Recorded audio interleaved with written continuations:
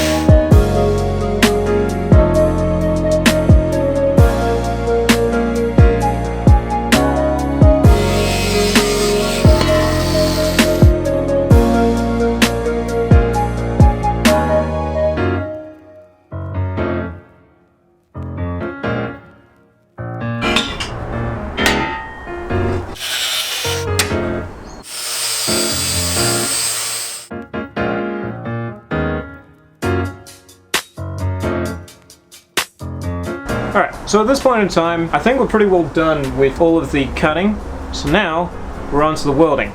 Now, I wanted to keep this project really nice and simple for pretty well anyone to try and attempt if you have the materials and you have the time. Because this is actually a really simple project. You actually only need 2 power tools. You don't need a welder. You can get away with using a pop rivet gun.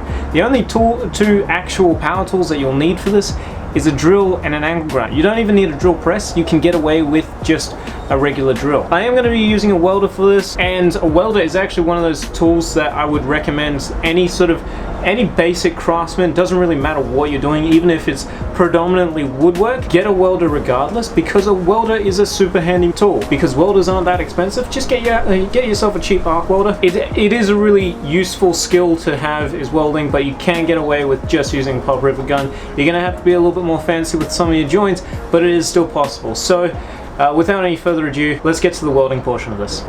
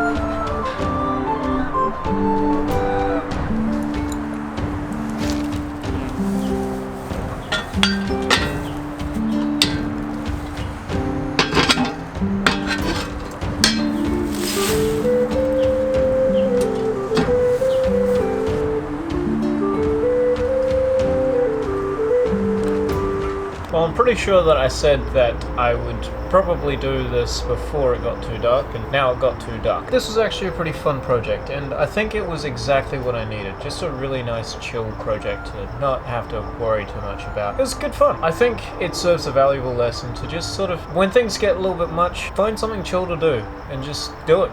Just enjoy. It's nice to come home after work to something that's continuously the same. So yeah, I hope you guys enjoyed this video, and hope you found it pretty chill as well. Before I sign off, I just have a little bit of a favor to ask you guys. My angle grinder, it's currently on its last legs. The 125mm or 5-inch angle grinder, it's not doing too good. So I want to know what your opinion is on angle grinders. What would you suggest for a new one, as I'm now in the market for one? I don't think you can really go wrong with angle grinders. However, if anyone has any experience with cordless ones, I'm keen to know if you would be willing to replace a corded workshop angle grinder with a cordless one and just use it permanently, or are they just not quite there yet? Can you get enough runtime out of a cordless angle grinder. I don't really know. So I'd like to know your opinion on that sort of thing. But yeah, I hope you guys enjoyed this episode, and if you want to help support the channel, help support neat projects like this, as well as find out when the new videos are coming out, you can just go ahead and hit subscribe. You'll get maybe weekly content. And remember to take some time out of your day to just relax,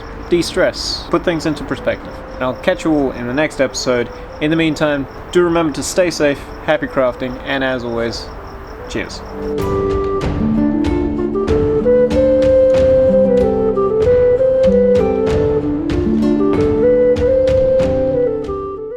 What do you reckon? Got a leather trench coat, I could be the new Ned Kelly. Got rust in my hair now.